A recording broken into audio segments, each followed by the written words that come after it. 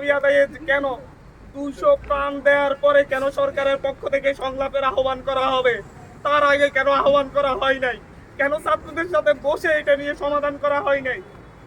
প্রত্যেকটা ক্ষেত্রে দমনের সিদ্ধান্ত কেন নিতে হবে একটি রাষ্ট্রকে?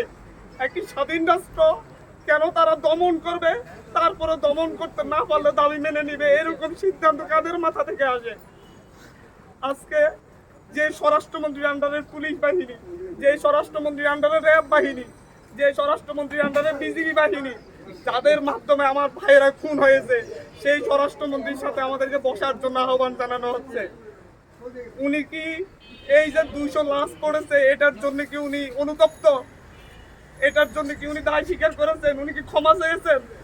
আমরা কিভাবে এই রক্ত খেকো মন্ত্রীদের সাথে আমরা আলোচনা করতে পারি, যারা হচ্ছে রক্তের বন্যা বয়ে এই দেশে একটা অরাজক পরিস্থিতি সৃষ্টি করেছে? যুক্ত আহত ভাই শাহিদ, আমরা খুব দুঃখ পরাক্রান্ত হৃদয় নিয়ে কান্নাজড়িত অবস্থা নিয়ে আমরা এখানে হাজির হয়েছি। আমরা গত মাসের 6 তারিখে 6 জুন হাইকোর্টের একটা রায়ের পরিপ্রেক্ষিতে বাংলাদেশের শিক্ষার্থীদের বিরুদ্ধে যে কোটা বৈষম্য চলে আসতেছিল, সেই বৈষম্যের বিরুদ্ধে ছাত্ররা খুবই শান্তিপূর্ণভাবে দীর্ঘ সময় ধরে আন্দোলন করে আসছিলাম। আমরা 30 তারিখ পর্যন্ত 30 জুন পর্যন্ত সরকারকে আলটিমেটাম দিয়েছিলাম যে অতি দ্রুত যেন হাইকোর্টের রায় স্থগিত করে আমাদের দাবিগুলো নিয়ে সরকার বিচার বিভাগের মাধ্যমে হাইকোর্টের রায় স্থগিত করে আমাদের দাবিগুলো নিয়ে আলাপ আলোচনা করে। কিন্তু 30 তারিখ পর্যন্ত সরকারের পক্ষ থেকে কোনো ধরনের আলাপ আলোচনা করা হয় নাই। পরবর্তীতে 1 জুলাই থেকে ছাত্রদেরকে সঙ্গে নিয়ে আমরা শান্তিপূর্ণভাবে 15 তারিখ পর্যন্ত আপনারা দেখেছেন সবচাইতে বাংলাদেশের ইতিহাসে সবচাইতে শান্তিপূর্ণ আন্দোলন করে আসছিলাম। এর মাঝে সরকারের পক্ষ থেকে বিভিন্নভাবে আমাদের সাথে যোগাযোগ করা হয়েছিল, আমাদের দাবি দেওয়া মেনে নেওয়ার আশ্বাস দেওয়া হয়েছিল, বলেছিল আমাদের সাথে সংলাপের ব্যবস্থা করবেন। এমনকি প্রধানমন্ত্রী যেদিন রাতে চীন সফর থেকে ফিরে এসেছিলেন, সেই দিন প্রধানমন্ত্রীর একটি প্রতিনিধি দলের সঙ্গে আমি সহ আরও 2 জন সমন্বয়ক, মোট 3 জন মিলে বেইলি রোডের একটি রেস্তোরাঁয় বসে আমরা আলাপ করেছিলাম। তাদের কাছে আমাদের দাবি দেওয়া তুলে ধরেছিলাম, ওনারা প্রধানমন্ত্রীর কাছে বিষয়গুলো পৌঁছে দিবেন এবং কোনো মন্ত্রীর মাধ্যমে আমাদের সাথে সংলাপের ব্যবস্থা করবেন বলে সেদিন সন্ধ্যার মধ্যে একটি সংলাপের ব্যবস্থা করবেন বলে আশ্বস্ত করেছিলেন। আমরা দুপুর 11টায় যখন সেখান থেকে ব্যাক করি, ক্যাম্পাসে এসে আমরা জানতে পারি ডিএমপি কমিশনার হুমকি ধমকি দিচ্ছেন, ছাত্রদেরকে আর রাস্তায় দাঁড়াতে দিবেন না। বাংলাদেশ ছাত্রলীগের সভাপতি সাধারণ সম্পাদক মধুর ক্যান্টিনে সংবাদ সম্মেলন করে হুমকি ধমকি দিচ্ছেন এই আন্দোলনকে দমন করবেন। আর বাংলাদেশ আওয়ামী লীগের সেক্রেটারি জেনারেল এবং সড়ক ও সেতুমন্ত্রী ওবায়দুল কাদের সাহেব বলেছিলেন যে হচ্ছে এই আন্দোলন দমন করার দায়িত্ব ছাত্রলীগের। আমি কোট করছি না, উনি এভাবেই কথাটি বলেছিলেন, আপনারা মিডিয়ায় প্রচার করেছিলেন। তারপর থেকে আপনারা দেখেছেন 15 তারিখ 16 তারিখ থেকে সারা দেশের ছাত্রদের উপর যে অমানবিক নির্যাতন চলে আসছে, দমন করার এক হাতিয়ার নিয়ে আসছে। ঢাকা বিশ্ববিদ্যালয় ক্যাম্পাস সহ সারা দেশের সকল পাবলিক বিশ্ববিদ্যালয়ে এক দানবের মতো লাঠিয়াল বাহিনী, পেটুয়া বাহিনী নেমে এসেছিল। রাতের আধারে জাহাঙ্গীরনগর বিশ্ববিদ্যালয়ে বহিরাগতদের দিয়ে অভিযান চালিয়েছিল। ডিসির ভাষা ভাঙচুর করে সেখানে ছাত্রদের উপর নির্যাতন চালানো হয়েছিল। অনেক শিক্ষকরাও সেখানে আহত হয়েছিলেন। ঢাকা বিশ্ববিদ্যালয়ে সকালবেলায় দুপুরের দিকে পেটুয়া বাহিনী দিয়ে, টোকাইদের দিয়ে মেয়েদের উপর, নারী শিক্ষার্থীদের উপর, সাধারণ শিক্ষার্থীদের উপর যেভাবে হায়নাদের মতো হামলে পড়েছিল তা সারা জাতি দেখেছে। আর এরপরে কি হলো? এরপরে দেখা গেল এর প্রতিবাদে সারা দেশের মানুষ, সারা দেশের সাধারণ শিক্ষার্থীরা রাস্তায় নেমে এসেছিল। তার উপর চালানো হয়েছে ক্র্যাকডাউন। সেখানে ক্র্যাকডাউন চালিয়ে প্রায় আমরা এখন পর্যন্ত, যেহেতু আমরা অনলাইনের সাথে যুক্ত নয়, মিডিয়ার মাধ্যমে যেটা পাচ্ছি সেখানে কোনো মিডিয়ায় বলা হচ্ছে যে 2 শতাধিক, কোনো মিডিয়ায় বলা হচ্ছে 3 শতাধিক। আমরা মনে করি এর চাইতে বেশি সংখ্যক আমাদের ছাত্র ভাইয়েরা খুনের শিকার হয়েছে। তাদেরকে রাস্তায় নির্বিচারে গুলি করে খুন করা হয়েছে। প্রকাশ্যে আপনারা দেখেছেন আমাদের ভাইদেরকে উপর থেকে হেলিকপ্টার দিয়ে গুলি করে হত্যা করা হচ্ছে। এ এক নির্মম অরাজকতা এই দেশে নেমে আসছে, যার পরিপ্রেক্ষিতে আমাদের ভাইয়েরা 2 দিনের আলটিমেটাম দিয়ে সরকারকে এর বিরুদ্ধে ব্যবস্থা নেওয়ার কথা বলে 2 দিন আলটিমেটাম দিয়ে কর্মসূচি স্থগিত ঘোষণা করেছিল। কিন্তু তারপরও আজকে জগন্নাথ বিশ্ববিদ্যালয়ে গুলি হয়েছে। আমাদের সমন্বয়ক সহ 60 জন ভাইকে খুঁজে পাওয়া যাচ্ছে না। আসিফ মাহমুদ ভাই, আবু বাকের মজুমদার, আব্দুল কাদের এবং রশিদুল ইসলাম রিফাত, এদেরকে খুঁজে পাওয়া যাচ্ছে না। ওদের বাবা মা মর্গে মর্গে তাদের সন্তানদের খোঁজ দিচ্ছেন, ডিবি অফিসে গিয়ে খোঁজ পাচ্ছেন না। এক থানা থেকে আরেক থানায় তাদেরকে ঘুরপাক খাওয়ানো হচ্ছে। এই কোন স্বাধীন সভ্য রাষ্ট্রে আমরা বসবাস করতেছি? আমরা এই জাতির কাছে প্রশ্ন রাখছি, আমরা প্রধানমন্ত্রীর কাছে প্রশ্ন রাখছি। 71-এ কি 30 লক্ষ শহীদেরা রক্ত দিয়ে আমাদেরকে এরকম একটা রাষ্ট্র উপহার দেওয়ার জন্য রক্ত দিয়েছিলেন? এই পর্যায়ে আমাদের যেটা আমরা দেখতে পাই, আমরা তো একটা যৌক্তিক দাবি নিয়ে রাস্তায় নেমেছিলাম। সেই যৌক্তিক দাবির জন্য কেন আমাদের 200 প্রাণ দিতে হবে? এই দেশের রাষ্ট্র ব্যবস্থার কাছে, সরকার ব্যবস্থার কাছে, শাসন ব্যবস্থার কাছে, এই দেশের বিচার বিভাগের কাছে, এই দেশের সংবিধানকে আমরা মাথায় রেখে আমরা প্রশ্ন করতে চাচ্ছি, একটা যৌক্তিক দাবি আদায়ে কেন 200 প্রাণ দেওয়ার পরে কেন সরকারের পক্ষ থেকে সংলাপের আহ্বান করা হবে? তার আগে কেন আহ্বান করা হয় নাই? কেন ছাত্রদের সাথে বসে এটা নিয়ে সমাধান করা হয় নাই? প্রত্যেকটা ক্ষেত্রে দমনের সিদ্ধান্ত কেন নিতে হবে একটি রাষ্ট্রকে? একটি স্বাধীন রাষ্ট্র কেন তারা দমন করবে, তারপরে দমন করতে না পারলে দাবি মেনে নিবে? এরকম সিদ্ধান্ত কাদের মাথা থেকে আসে? আজকে যে স্বরাষ্ট্রমন্ত্রীর আন্ডারের পুলিশ বাহিনী, যে স্বরাষ্ট্রমন্ত্রীর আন্ডারে র্যাব বাহিনী, যে স্বরাষ্ট্রমন্ত্রীর আন্ডারে বিজিবি বাহিনী, যাদের মাধ্যমে আমার ভাইয়েরা খুন হয়েছে, সেই স্বরাষ্ট্রমন্ত্রীর সাথে আমাদেরকে বসার জন্য আহ্বান জানানো হচ্ছে। উনি কি এই যে 200 লাশ পড়েছে এটার জন্য কি উনি অনুতপ্ত? এটার জন্য কি উনি দায় স্বীকার করেছেন? উনি কি ক্ষমা চেয়েছেন? আমরা কিভাবে এই রক্ত খেকো মন্ত্রীদের সাথে আমরা আলোচনা করতে পারি, যারা হচ্ছে রক্তের বন্যা বয়ে এই দেশে একটা অরাজক পরিস্থিতি সৃষ্টি করেছে? আমাদের সাথে তো আগেও বসা যেত, আমরা তো আলাপ আলোচনা করতে পারতাম, এর সমাধান হইতো। সরকারের যে যুক্তিগুলো তুলে ধরতো, আমরা আমাদের যুক্তিগুলো তুলে ধরতাম, সুন্দর সমাধান কেউ হতে পারতো না। এই লাশগুলোর দায় কে নিবে? আজকে এখানে আপনাদের কাছে দাঁড়িয়েছি অবিলম্বে আমাদের ভাইদের যাদেরকে গুম করা হয়েছে, যাদের আমরা খোঁজ পাচ্ছি না, তাদের অবিলম্বে সন্ধান দিতে হবে। 24 ঘন্টার মধ্যে সন্ধান না দিলে আমি আমার ভাইদেরকে নিয়ে আমি রাস্তায় শুয়ে থাকবো।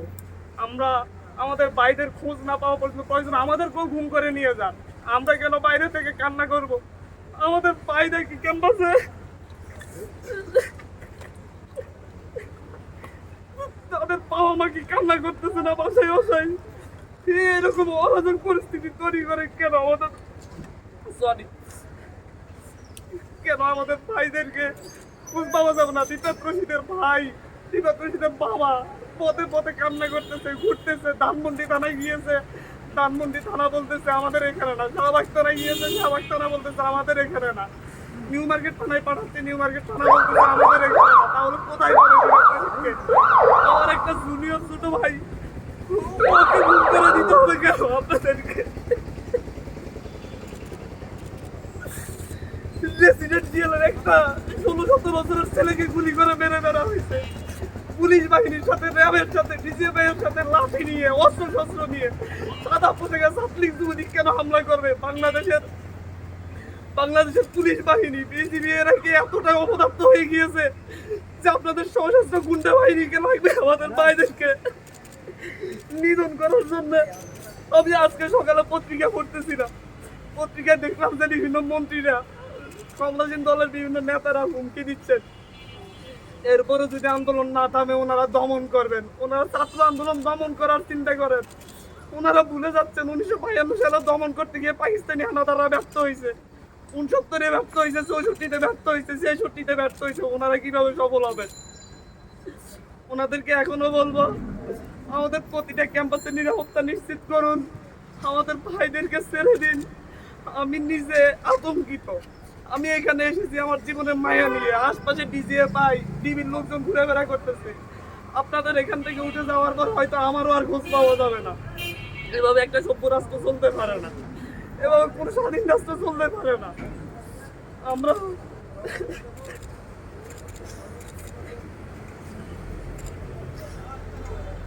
আমি আমার পরিচয় দিয়ে শুরু করছি। আমার নাম মোহাম্মদ মাহিন সরকার। আমি সমন্বয়ক হিসেবে আছি বৈষম্য বিরোধী ছাত্র আন্দোলনে। দেশবাসী আমাদের দিকে অনেক আশা নিয়ে তাকিয়ে থাকেন যে আমরা কিছু বলবো, এবং মিডিয়ার যারা ভাইরা আছেন, আপুরা আছেন, তাদের প্রতি অনেক দায়িত্ব আমাদের খবরগুলো যথোপযুক্তভাবে বাংলাদেশের সাধারণ জনগণের কাছে পৌঁছে দেওয়া। এখন সবাই প্রশ্ন করছেন যে সব কিছু ঠিক আছে কিনা। না, সব কিছু ঠিক নেই। তো আমি আজকে এখানে এখন কথা বলছি, আমি একটু পরে ঠিক নাও থাকতে পারি, আমার অস্তিত্ব নাও থাকতে পারে। তো আমরা এসে দাঁড়িয়েছি, পুরো জাতি আমাদের দিকে তাকিয়ে থাকে, সেই দায়বদ্ধতা থেকে আমরা এখানে এসে দাঁড়িয়েছি। আজকে বাংলাদেশে যা চলছে সেটা আসলে বলার ভাষা রাখে না।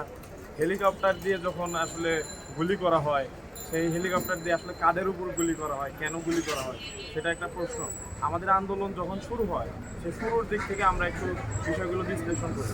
শুরুর থেকে দেখা যাচ্ছে যে সরকারের যারা কর্তা ব্যক্তিরা আছেন, তারা বিভিন্নভাবে বলেছেন যে আমাদের উপরে নাকি পাকিস্তানি প্রেতাত্মা ভর করেছে, আমরা নাকি দেশ বিরোধী শক্তি ভর করেছে, এ জাতীয় অনেক কথা বলা হয়েছে। কিন্তু আমরা সাধারণ শিক্ষার্থীরা প্রমাণ করে দিয়েছি যে টানা 11-12 দিন অল আউট মুভমেন্ট বাংলাদেশে হয়েছে, বাংলা ব্লকেট চলেছে, কিন্তু কোনো প্রকার রাষ্ট্রীয় সম্পদের ক্ষতি, কোনো প্রকার প্রাইভেট প্রপার্টির ক্ষতি হয়েছে এমন তথ্য বাংলাদেশের কোনো প্রান্ত থেকে কেউ আমাদেরকে দিতে পারেনি। এটি একটি ইতিহাস হয়েছে। কিন্তু তারপর থেকে পরিস্থিতি পাল্টাতে থাকলো। আপনারা দেখুন, আমরা যারা শিক্ষার্থীরা আছি সবাই সাধারণ শিক্ষার্থী। ঢাকা বিশ্ববিদ্যালয় সহ বিভিন্ন বিশ্ববিদ্যালয়ের লাইব্রেরিতে, রিডিং রুমে আমাদের এই ফেস খুবই পরিচিত। আমরা সেখানে আন্দোলনে নেমেছি কোন জায়গা থেকে? আমার তো অধিকার আছে স্বাধীন বৃত্তির। বাংলাদেশের সংবিধানের 40 নং অনুচ্ছেদে আমাকে স্বাধীন বৃত্তির অধিকার দিয়েছে। যদি শুধুমাত্র জন্মের উপর ভিত্তি করে কোনো কেউ বেশি সুবিধা পায়, তাহলে তো সেটা কখনোই কাম্য হতে পারে না একটা স্বাধীন রাষ্ট্রে। কালকে মহামান্য সুপ্রিম কোর্টের আপিল বিভাগ থেকে যে রায় এসেছে, সেখানেও এই কথাটি বলা হয়েছে যে মুক্তিযোদ্ধা কোটা আসলে মুক্তিযোদ্ধাদের জন্য, তারা পিছিয়ে আছে এজন্য নয়, তাদের জন্য উপহার। তো আমরা বলতে চাই যে এই উপহার আসলে কতদিন চলবে? বা বিভিন্ন রাষ্ট্রের রাষ্ট্র বিপ্লবের আমরা যদি ইতিহাস পড়ি, সেই ইতিহাস অনুযায়ী আসলে মুক্তিযোদ্ধা কোটা বলতে কি বোঝানো হয় সেটি ব্যাখ্যা করা প্রয়োজন। বাংলাদেশের সবচাইতে বহুল চর্চিত শব্দ হলো মুক্তিযুদ্ধের চেতনা। মুক্তিযুদ্ধের চেতনা কি? আমি আজ অবধি পর্যন্ত আমি মাহিন শুনিনি যে মুক্তিযুদ্ধের চেতনার ব্যাখ্যা কেউ দিয়েছে। তো বাংলাদেশের যে সংবিধান, সেই সংবিধানের যে মূলনীতি, সেগুলোকেই আমরা তরুণ সমাজ মুক্তিযুদ্ধের চেতনা হিসেবে আমরা ধরতে পারি। এটা আমাদের বৈষম্য বিরোধী ছাত্র আন্দোলন প্ল্যাটফর্মের পক্ষ থেকে একটা ব্যাখ্যা। আজকে বাংলাদেশে যে পরিস্থিতি চলছে, আমরা তো আমাদের প্রজন্ম 1971 আমরা দেখিনি, আমরা বইয়ের ইতিহাসে পড়েছি। ইতিহাসের বইগুলোতে যেভাবে লেখা আছে আমরা আজকে চোখের সামনে দেখতে পাচ্ছি। এইভাবে যদি সব কিছু চলতে থাকে, তাহলে তো জিনিসটা আমাদের কাছে বাংলাদেশ যে স্বাধীন রাষ্ট্র, সেটা আমাদের আর বোধগম্য হয় না। আমার কত ভাইকে, আমার কত বোনকে পিটিয়ে গুলি করে মারা হয়েছে, তার কোনো হিসাবই নেই, বিভিন্ন মিডিয়া থেকে বলা হচ্ছে নিহতের সংখ্যা এত, নিহতের সংখ্যা অত। কিন্তু আমার কথা হচ্ছে, নিহতের সংখ্যা যাই হোক, আমাদের সাথে সরকার আজকে আলোচনায় বসতে যাচ্ছে। আপনারা মিডিয়ার ভাইরা যারা আছেন খুব ভালো করে জানেন, সেই আলোচনার দিন তো আরো 10 দিন আগে শেষ হয়ে গেছে। আমরা তো বারবার সরকারকে আহ্বান করছিলাম যে স্যার আপনারা শোনেন, আপনারা আমাদের কথা শোনেন, আমাদের দুঃখ একটু বোঝেন sir. Sir sir sir sir বলতে বলতে আমাদের জিহ্বা বের হয়ে গেছে, কিন্তু কোনো স্যার আসলেন না। স্যারেরা বললেন কি আমরা পাকিস্তানি প্রেতাত্মা। এ ধরনের কথা কেন বলবে? আমরা কি পাকিস্তানি প্রেতাত্মা? আমাদের উপর কি ভূত প্রেত ভর করে থাকে নাকি? আমাদের নাকি জন্মের ঠিক নাই, এ জাতীয় কথা হয়েছে। গত 16 তারিখ আমি দেখাতে চাই মিডিয়ার ভাইদেরকে যে এখানে আল মামুন নামে একজন সাধারণ সম্পাদক মুক্তিযুদ্ধ মঞ্চ কেন্দ্রীয় কমিটি, তিনি আমাদের নামে বিভিন্ন ফেসবুক গ্রুপে, ফেসবুক আইডিতে তারা অভিযোগ করেছে আমরা নাকি মুক্তিযোদ্ধাদেরকে, বীর মুক্তিযোদ্ধাদের কটাক্ষ করে বলেছি। মুক্তিযোদ্ধাদের যারা তৃতীয় প্রজন্ম, সেই নাতিপুতির কাছ থেকে তো আমি নাগরিক সার্টিফিকেট নিয়ে বাঁচতে পারবো না। আমার নাগরিক সার্টিফিকেট কোনো তৃতীয় প্রজন্মের নাগরিকের কাছ থেকে আমার নিতে হবে না, এটা আমাদের স্পষ্ট কথা। তাতে কোনোভাবে আমরা মনে করি যে মুক্তিযুদ্ধের যার যে চেতনা তার অবমাননা হয়েছে। আজকে আমার কত ভাইকে নিহত করা হয়েছে, সেটা তো সম্পূর্ণভাবে পাকিস্তানি কায়দায়, সেটার দায় বারবার আমাদের যারা সাধারণ শিক্ষার্থী তাদের গায়ে দেওয়া হচ্ছে যে আমরা আন্দোলনের নেতৃত্ব দিচ্ছি, সুতরাং আমরাই নাকি তার জন্য দায়ী। আমরা তো বারবার বলছিলাম যে আমরা শান্তিপূর্ণ, আমরা দেখিয়ে দিয়েছি, আমরা ইতিহাস করেছি যে আমাদের অল আউট মুভমেন্ট চলছে, ফুল স্কেল মুভমেন্ট চলছে 12 দিন, কিন্তু সেখানে একটা জানমালের ক্ষতি হয়নি, একটি রাষ্ট্রীয় সম্পদ কিংবা প্রাইভেট প্রপার্টির ক্ষতি হয়নি। তারপর কি হলো? এর দায় সম্পূর্ণভাবে সরকারের নিতে হবে। আমরা কালকে 4টি পয়েন্ট আমরা দিয়েছি যে আমাদের অনতিবিলম্বে আমাদের ক্যাম্পাস খুলে দিতে হবে, ইন্টারনেট পরিষেবা চালু করতে হবে, আমাদেরকে পর্যাপ্ত নিরাপত্তা দিতে হবে এবং আইন শৃঙ্খলা বাহিনীর ছদ্মবেশে বা আইন শৃঙ্খলা বাহিনীর যে পোশাকে যে রাষ্ট্রীয় সন্ত্রাসী বাহিনী ঘোরাঘুরি করছে তাদেরকে আমাদের ক্যাম্পাস থেকে সরাতে হবে। আমরা যে 4টি কথা বলেছি সেই চারটি দাবি খুব দ্রুত 24 ঘন্টার মধ্যে আমরা বাস্তবায়ন, আর মাত্র 24 ঘন্টা আছে, বাস্তবায়ন দেখতে যাচ্ছি। আর যদি সেটার বাস্তবায়ন আমরা না দেখি, আমরা কঠোর থেকে কঠোরতর কর্মসূচি দেব। আমাদের যে দাবি ছিল সেটা কিন্তু কোটা সংস্কার নিয়ে। আপনারা জানেন বিগত কয়েকদিনের যে প্রেক্ষিত ছিল, আমার যদি লাশ পড়ে নিশ্চয়ই আমার বাবা আমার মা বসে থাকবে না, আমার চাচা বসে থাকবে না, আমার দাদা বসে থাকবে না, তারাও কিন্তু মাঠে আসবে। এভাবেই কিন্তু জনসম্পৃক্ততা তৈরি হয়েছে। এখন এটা কিন্তু জনমানুষের দাবি, গণমানুষের দাবি। সরকার কি এমন করলো আমরা চাইলাম অধিকার, আর তারা গদিকে বারবার আঁকড়ে ধরলো। তো আমার তাদের কাছে অবশ্যই প্রশ্ন আছে এবং আমাদের দাবি মানার আগে আমরা সর্বপ্রথম 24 ঘন্টার মধ্যে যে 4টি দাবি দিয়েছি সেই 4টি দাবির সম্পূর্ণ বাস্তবায়ন আমাদের সামনে দেখাতে হবে। তারপর আমরা যে 8 দফা দাবি দিয়েছি সেই 8 দফা দাবির বাস্তবায়ন করতে হবে। প্রধানমন্ত্রীর যে বক্তব্য সেই বক্তব্যের পরেই কিন্তু এই অরাজকতা সৃষ্টি হয়েছে, এর দায় কিন্তু প্রধানমন্ত্রীর উপরে বর্তায়। কিন্তু তার পক্ষ থেকে আমার বিভাগের উনি শ্রদ্ধেয় অগ্রজ, সেই অগ্রজ উনি বাংলা বিভাগের একজন সম্মানিত শিক্ষার্থী ছিলেন, উনি ভাষা বিজ্ঞান পড়ে গিয়েছেন, কিন্তু উনি যেভাবে কোট করে রাজাকারের নাতিপুতি এই ধরনের কথা বলেছেন, আমরা খুবই মর্মাহত হয়েছি। আমরা চাই দ্রুততম সময়ের মধ্যে উনি জাতির কাছে ক্ষমা প্রার্থনা করবেন এবং শিক্ষার্থীদেরকে জন্য নিরাপদ ক্যাম্পাস এবং নিরাপত্তার জন্য যাবতীয় ব্যবস্থা উনি করবেন, এটাই আমাদের দাবি।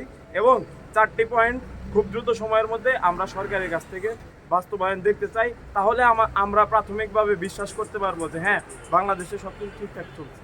আপনাদের শাটডাউন কর্মসূচি কি অব্যাহত আছে? আমি বলতেছি, দুঃখ প্রকাশ করতেছি আবেগাপ্লুত হয়ে পড়ার জন্য। আমি বৈষম্য বিরোধী ছাত্র আন্দোলনের সকল সমন্বয়ক সহ সমন্বয়কের পক্ষ থেকে ঘোষণা করছি, দাবি জানাচ্ছি রাষ্ট্রের কাছে, রাষ্ট্রে যারাই আছেন, যারাই শাসন ক্ষমতা পরিচালনা করেন, অনতি বিলম্বে বৈষম্য বিরোধী ছাত্র আন্দোলনের সাথে জড়িত দেশের যে কোনো প্রান্তের যে কোনো শিক্ষার্থীকে হয়রানি করা বন্ধ করতে হবে। যাদেরকে গুম করা হয়েছে, আইনশৃঙ্খলা বাহিনী নিয়ে গেছে, তাদেরকে অনতি বিলম্বে সাংবাদিকদের সামনে হাজির করে কেন তাদেরকে গুম করা হয়েছে সেই ব্যাপারে সুস্পষ্ট বক্তব্য দিতে হবে। আমাদের প্রত্যেকে যারা এই আন্দোলনে জড়িত ছিলেন এবং যারা শহীদ হয়েছেন এবং যারা আহত হয়েছেন প্রত্যেকের নিরাপত্তা, রাষ্ট্রকে নিরাপত্তার ব্যবস্থা করতে হবে এবং অতি দ্রুত এই গণহত্যার সাথে জড়িত যে মন্ত্রণালয়, সবচাইতে বেশি যে মন্ত্রণালয়ের বাহিনী এই গণহত্যার সাথে জড়িত, ওই মন্ত্রণালয়ের মন্ত্রীকে অনতিবিলম্বে অব্যাহতি দিতে হবে এবং তার সাথে সাথে বিচার বিভাগীয় তদন্তের মাধ্যমে তাদেরকে আইনের আওতায় আনতে হবে। পাশাপাশি মাননীয় সেতুমন্ত্রী সহ যারা এই আন্দোলনকে সন্ত্রাসীদেরকে উস্কে দিয়েছেন তাদের বিরুদ্ধে অবিলম্বে মাননীয় প্রধানমন্ত্রী ব্যবস্থা নেবেন এই আশা রাখি। এবং একই সাথে বাংলাদেশ ছাত্রলীগের সভাপতি, সেক্রেটারি ঢাকা বিশ্ববিদ্যালয় সভাপতি সেক্রেটারি সহ অন্যান্য বিশ্ববিদ্যালয়ের যেসব নেতারা সন্ত্রাসীদের নেতৃত্ব দিয়ে বিশ্ববিদ্যালয়ের ভিতরে শিক্ষার্থীদের উপর হামলে পড়েছেন তাদেরকে অবিলম্বে পদ থেকে অব্যাহতি দিয়ে এবং আইনের আওতায় আনতে হবে। পাশাপাশি এই দেশের যতজন শহীদ হয়েছেন তাদের পরিবারের দায়িত্ব রাষ্ট্রকে নিতে হবে এবং সুষ্ঠু তদন্ত সাপেক্ষে তাদের পরিবারকে আর্থিক ক্ষতিপূরণ দিতে হবে। তাদের পরিবার থেকে প্রত্যেককে চাকরির ব্যবস্থা, যে কোনো একজনকে চাকরির ব্যবস্থা করে দিতে হবে। এবং একই সাথে আপনার সুপ্রিম কোর্ট যে রায় দিয়েছেন সেই ব্যাপারে আমাদের কোনো মন্তব্য নেই।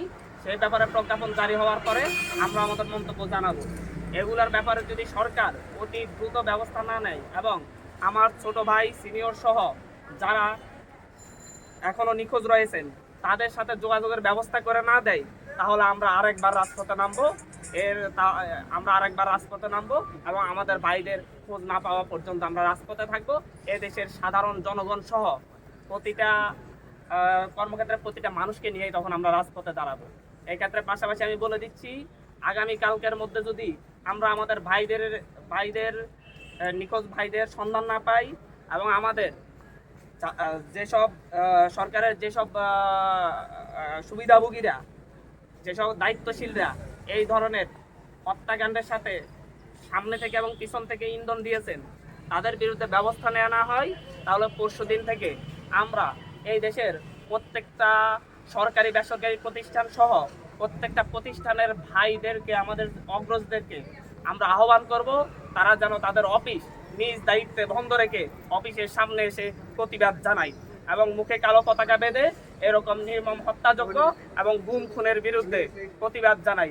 এই আহ্বান থাকবে। আমরা আবারও স্পষ্ট করে বলতেছি, আগামীকাল সন্ধ্যার মধ্যে যদি আমাদের নিখোঁজ ভাইদের সন্ধান না দেওয়া হয় এবং আর কোনো বাংলাদেশের কোনো একটি প্রান্তে আর একটি আমার দেশের মানুষের ঘামের বিনিময়ে কিনা টাকার কর দিয়ে যে বুলেট কিনা হয়েছে সেই বুলেট দিয়ে যদি আমার দেশের কোনো প্রান্তে আর একটি বুলেট ছোড়া হয় তাহলে পরশুদিন থেকে এই দেশের প্রত্যেকটা সরকারি বেসরকারি শিক্ষা প্রতিষ্ঠান, সরকারি বেসরকারি ব্যবসায়িক প্রতিষ্ঠান, সরকারি বেসরকারি যে কোনো সচিবালয় মন্ত্রণালয় সহ প্রত্যেকের কাছে আমাদের উদাত্ত আহ্বান থাকবে পরশুদিন মঙ্গলবার থেকে শান্তিপূর্ণভাবে প্রত্যেক ভাইয়েরা, আমাদের অগ্রজরা এবং আমরা যারা শিক্ষার্থীরা আছি প্রত্যেকে তার নিজ নিজ শিক্ষা প্রতিষ্ঠানের সামনে মুখে কালো পতাকা বেঁধে কর্মবিরতি পালন করবে এবং অবস্থান নিবে। সরকারকে অনতিবিলম্বে আলোচনার মাধ্যমে আমাদের এই সকল সমস্যার সমাধান এবং যে সকল মন্ত্রী এগুলাকে উস্কে দিয়েছে তাদের বিরুদ্ধে ব্যবস্থা আমাদের বাস্তবায়ন করতে হবে এবং আমরা সেটা দৃশ্যমান দেখতে চাচ্ছি। ধন্যবাদ সকলকে। সরকারি বেসরকারি যে সমস্ত সম্পদ ধ্বংস করা হয়েছে সেইগুলির নিন্দা আপনারা করেন কিনা? অবশ্যই অবশ্যই সেটা বলেন। অবশ্যই আমাদের পক্ষ থেকে গত পরশু আমাদের সিনিয়র সমন্বয়করা এই সকল ঘটনার নিন্দা জানিয়েছে। আমরা যতদিন ছাত্ররা আন্দোলন করেছি ততদিন বাংলাদেশের কোনো একটি প্রতিষ্ঠানের কোনো এক বিন্দুও ক্ষতি হয় নাই। যেদিন থেকে পেটুয়া বাহিনী দিয়ে দেওয়া হয়েছে সেদিন থেকে এই ধরনের সহিংসতা ছড়িয়ে পড়েছে। এর জন্য দায় যেমন সরকারের তেমনই যারা উৎপেটে থাকা সুবিধাবাদীদের। তো তাদের ব্যাপারে বিচার বিভাগীয় তদন্তের মাধ্যমে অবশ্যই রাষ্ট্র ব্যবস্থা নেবে। কিন্তু সেই সাথে আমাদের বৈষম্য বিরোধী ছাত্র আন্দোলনের কোনো ভাইয়ের কোনো সম্পৃক্ততা নেই। আমরা এর তীব্র নিন্দা জানাচ্ছি এবং এর বিরুদ্ধে ব্যবস্থা নেওয়ার জন্য সরকারকে বিচার বিভাগীয় তদন্তের মাধ্যমে ব্যবস্থা নেওয়ার জন্য আহ্বান জানাচ্ছি। সর্বমোট কয়জন নিখোঁজ আছেন আপনাদের? আমরা আমাদের সমন্বয়ক সহ সমন্বয়ক কারোর সাথেই সেভাবে কন্ট্যাক্ট করতে পারতেছি না। গত 2 দিন নাগাদ আমরা যাদের সাথে একেবারেই কন্ট্যাক্ট করতে পারতেছি না তার মধ্যে আমাদের সমন্বয়ক আসিফ মাহমুদ ভাই, পাশাপাশি রয়েছেন আব্দুল কাদের ভাই, আমাদের সমন্বয়ক আব্দুল কাদের ভাই, সহ সমন্বয়ক রশিদুল ইসলাম রিফাত, আরেকজন হচ্ছে সমন্বয়ক আবু বাকের মজুমদার। এবং এরা খুব সামনের সারি থেকেই আন্দোলনের নেতৃত্ব দিয়েছিল। তাদেরকে টার্গেট করা হয়েছে, হয়তো আমাকেও টার্গেট করা হচ্ছে, হয়তো মাহিন ভাইকেও টার্গেট করা হচ্ছে। কালকে যদি আপনারা আবার আমাদেরকে সাক্ষাৎ না পান ধরে নিবেন আমাকেও গুম করা হয়েছে, মাহিন ভাইকেও গুম করা হয়েছে। কতদিন যাবত পাওয়া যাচ্ছে না? ছোট করে বলি, 4 জন নেতার আপনারা আগামী কালকের মধ্যে মুক্তি চাচ্ছেন। আমরা 4 জন নেতার গুম হয়েছে এই ব্যাপারে আমরা প্রায় নিশ্চিত। পাশাপাশি আমাদের অন্য নেতাকর্মীদের সাথে যোগাযোগের ব্যবস্থা করে দিতে হবে। সরকারের এই ভয়ভীতি প্রদর্শনের কারণে আমরা কারোর সাথে যোগাযোগ করতে পারতেছি না। আমাদের কোন ভাইয়েরা কোথায় আছে, কোন বোনেরা কোথায় আছে আমরা তাও জানি না। না, যদি আমরা ছোট করে ইয়ে করি, 4 জনের আপনারা হচ্ছে এখন নিখোঁজের অভিযোগ 24 করছেন। ঘন্টার মধ্যে খোঁজ চাচ্ছেন, একই সাথে যারা দায়ী মন্ত্রী আছেন বা এই ঘটনা উস্কে দিয়েছেন তাদের বহিষ্কার চাচ্ছেন আগামী সন্ধ্যার মধ্যে, যে আগামী সন্ধ্যার মধ্যে আগামী 24 ঘন্টার মধ্যে। এইটা একটু বলেন। আমরা আগামী 24 ঘন্টার মধ্যে যেসব সরকার অলরেডি বিচার বিভাগীয় তদন্ত কমিটি গঠন করেছে, রাষ্ট্রের সুবিধাভোগী মন্ত্রী থাকলে তাদের বিরুদ্ধে কোনো ব্যবস্থা নিতে পারবে বলে আমাদের মনে হয় না।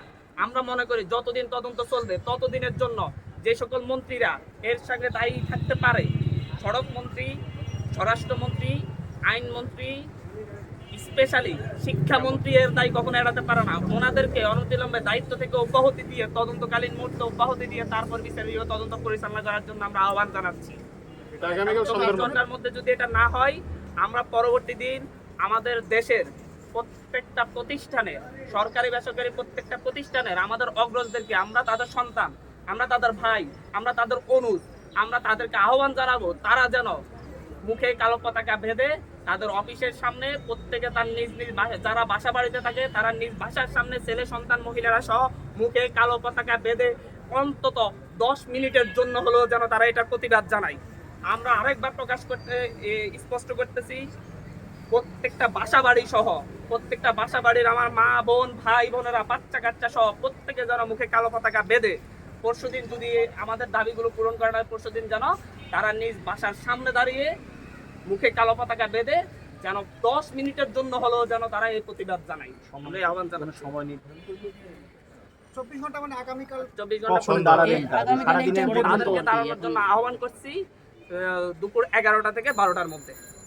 সেখানে কি আবার এই যে আমরা দেখতে পাচ্ছি বিভিন্ন সময় হাওয়া পাল্টা হয় বা দ্বিতীয় কোনো পক্ষ হিসেবে আপনারা কি মনে করেন কারফিউ চলছে? কারফিউ চলছে? কারফিউ তো হচ্ছে সকলকে ঐক্যবদ্ধ হওয়া নিষিদ্ধ, বাট আমার অফিসের নিচে, আমার বাসার নিচে যদি আমি আমার ছেলে সন্তান নিয়ে বা আমার ভাইদেরকে নিয়ে আমি মুখে কালো পতাকা বেঁধে দাঁড়াই, এখানে কারফিউর কি কোনো সমস্যা হবে?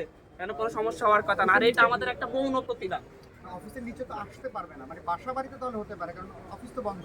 এটা অফিস যদি বন্ধ থাকে তারা তাদের বাসার নিচে দাঁড়াবে, যদি অফিস খোলা থাকে অফিসের নিচে দাঁড়াবে, তারা জাস্ট মুখে কালো পতাকা বেঁধে তারা এটার সাথে সম্মতি জানাবে যে যেটা হচ্ছে সেটা অবিচার হচ্ছে এবং এই অবিচারের বিরুদ্ধে আমরা সোচ্চার আছি। তারা রাষ্ট্রকে এই বার্তাটা দিবে। এটা একটু বলেন, আপনারা যে 4 দফা দিয়েছেন, আরে ভাই 2 দফা একশো শেষ সময়তে পরিষ্কার করে দিবে, আগে 4 দফা ছিল, এটা 2 দফাকে ক্লিয়ার করবে। আমাদের ওই 4 দফাও কালকে শেষ হবে, 48 ঘন্টা সব একই সাথেই শেষ হচ্ছে। ওকে, থ্যাংক ইউ। শেষ